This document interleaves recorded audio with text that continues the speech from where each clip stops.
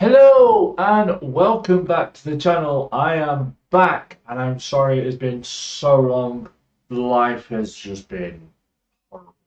2026 hasn't started very well. Not going to go into too much detail about that. I think I sent a post out a few weeks ago explaining the situation and what's gone on in my personal life. But we're back and we are going to be making some more long form content because I know all I've done recently is shorts.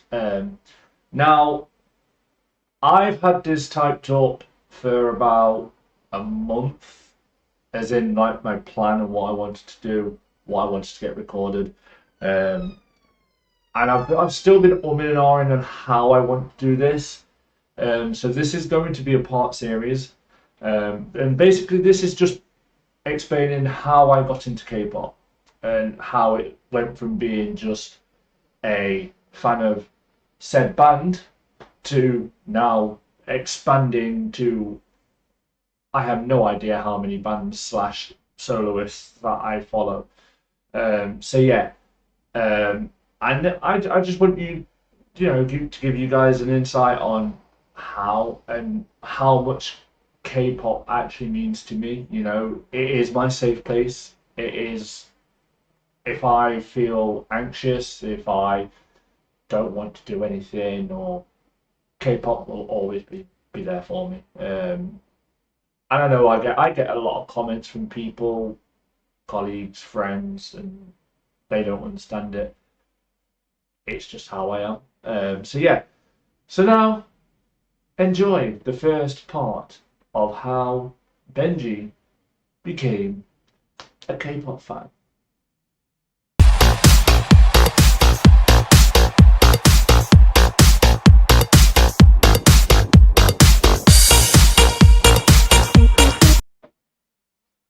Cast your mind back to October 2022. COVID was a thing. No one went outside. No one could go outside. You could go outside. For the sake of this video, no one could go outside. So there was nothing to do apart from stay inside, game, clean, eat, always eat, drink, and watch YouTube. I mixed two of those together quite regularly, and I used to get myself into a mess. We'll say a mess, just for the sake of this video. And I would sit with a kind of beer in hand, or two, three, four, five beers later, and sit and watch YouTube. And I would sit and watch the top 500 most viewed music videos on YouTube. And this included a whole host of different music genres. Obviously, you know, your normal Western pop music, rock music, rap, you name it. Then there's obviously Indian music, Latin music, and K-pop. Notoriously just BLACKPINK and BTS, but we're not here to talk about BTS. They might get a mention in a few videos time, or they might not. Who knows? We are specifically talking about BLACKPINK, who were technically the first K-pop band or K-pop music away from Gangnam Style that I had listened to. And people say, "Oh, you probably listened to K-pop before." No, I genuinely hadn't. I genuinely hadn't.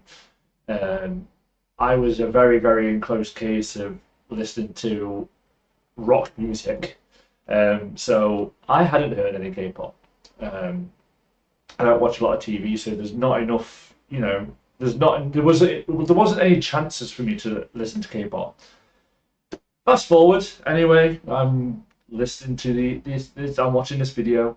I think Stay might have been the first video I came across. I think the 500th ranked video in 2022 would not have had more views than what the 500th most viewed channel is now. Again, there's just a lot more on YouTube now.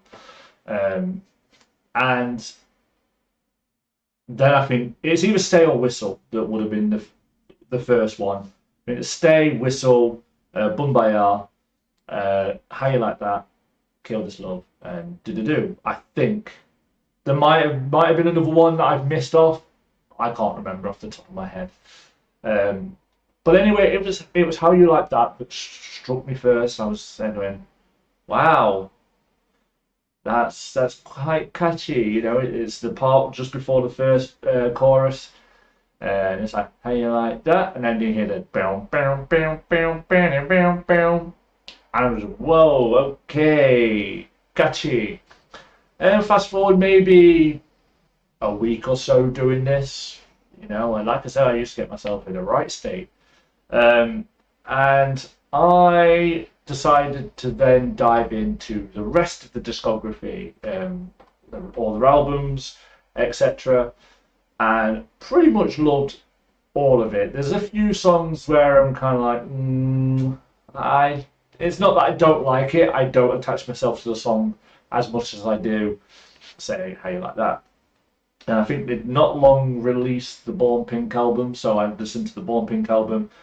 And I can tell you now, Shutdown was probably on repeat for a week. And I know it's not really a popular song to be someone's favourite. It's personally my favourite, and I think still is my favourite. Or maybe Jump is actually. Jump's quite catchy. It's stupidly catchy. Um, but Shutdown was on repeat a lot. Shutdown, Pink Venom, um, How You Like That, Kill This Love, all of them. They were on repeat for weeks, months, even. Um, and then probably like 2 weeks listening to the music, I'm kind of thinking, well, I don't really know anything about them. You know, I kind of picked Jisoo as my bias. At this point, I didn't know any of the terminology in K-pop. She was the member I liked the most. That's all it was at that point. Probably because she was the best looking. No disrespect to the others, but she is the visual. And again, at that point, I didn't know this. I didn't know that she was classed the highest in the Korean beauty standards. Didn't know that. But anyway, I started watching her stuff away from the music, and then you get to know the girls. You know, then their personalities come out, and they're all fantastic. They're all absolutely brilliant human beings. Um, they're all funny. They're all caring. They're all savage. But it just definitely it nailed in. You know, Jisoo being my bias, and without being disrespectful to the other girls, I genuinely do think that BLACKPINK are the only band where I don't have a bias record. And the reason I say this is because I probably love the other three equally. Maybe Jennie and Lisa have a slight edge. I feel maybe if we were to meet in person and it was meeting them as people, not artists, I feel like we'd get along a little bit more. It would probably be like hurling abuse at each backwards and forwards. That's the epitome of friendship for me. If you can handle my abuse and then you fire back, brilliant. We're gonna have a party. We're gonna have a ball. So yeah,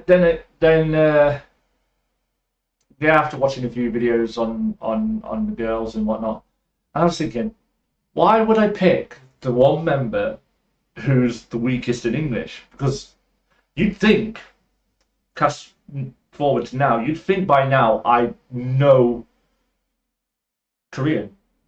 Essentially, 3.5 years of 3 years and 4 months of listening to K-pop. You'd think I'd know quite a bit of Korean. I actually don't. It takes me so long to pick up languages. I find it really difficult to actually pick them up.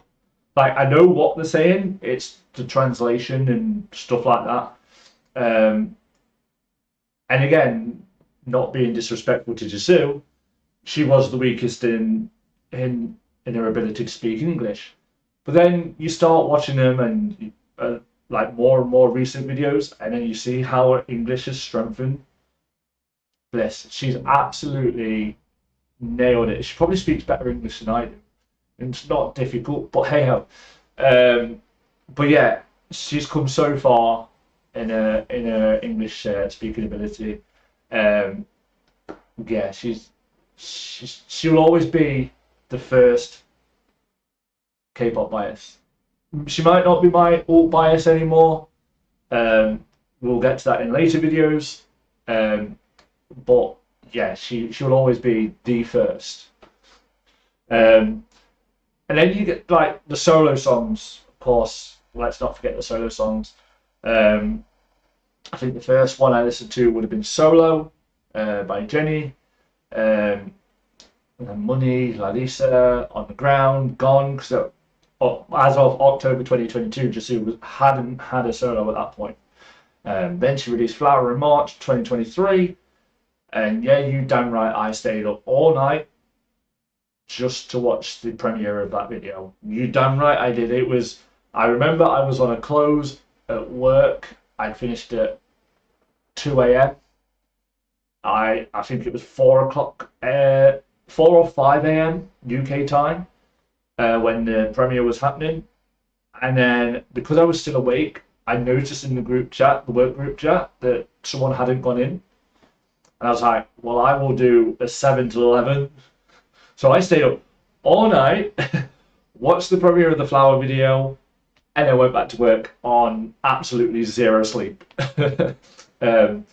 Something I just used to be able to do. I definitely can't do it now. I'm getting too old for that. And then after that, I think they performed at Coachella in April of 2023, if my timeline is correct.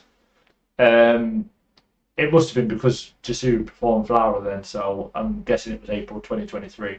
Then I saw the first live performance of You and Me by Jenny. Oh man, that song and that performance was incredible. Just absolutely. I had that performance video on repeat for ages. And then the girls kind of went quiet from when they finished the Born Pink tour in 2023 to whenever. Then Rosé came back with Aperture, and then we had Jenny releasing Like Jenny. Jisoo came back with her Armitage album, Earthquake, Hugs and Kisses, by the way, on that album. Oh, what a song. And then obviously cast your mind to, I think about June, July, I think it was June time actually, last year.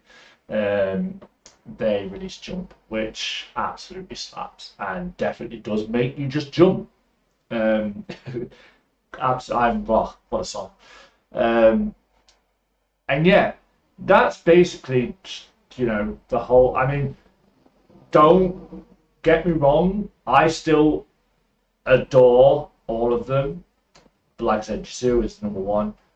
The only thing that lets Blackpink down, in my opinion, and I might get a lot of stick to it for this, is Lisa's solo stuff. I think it's so weak in comparison to the other threes.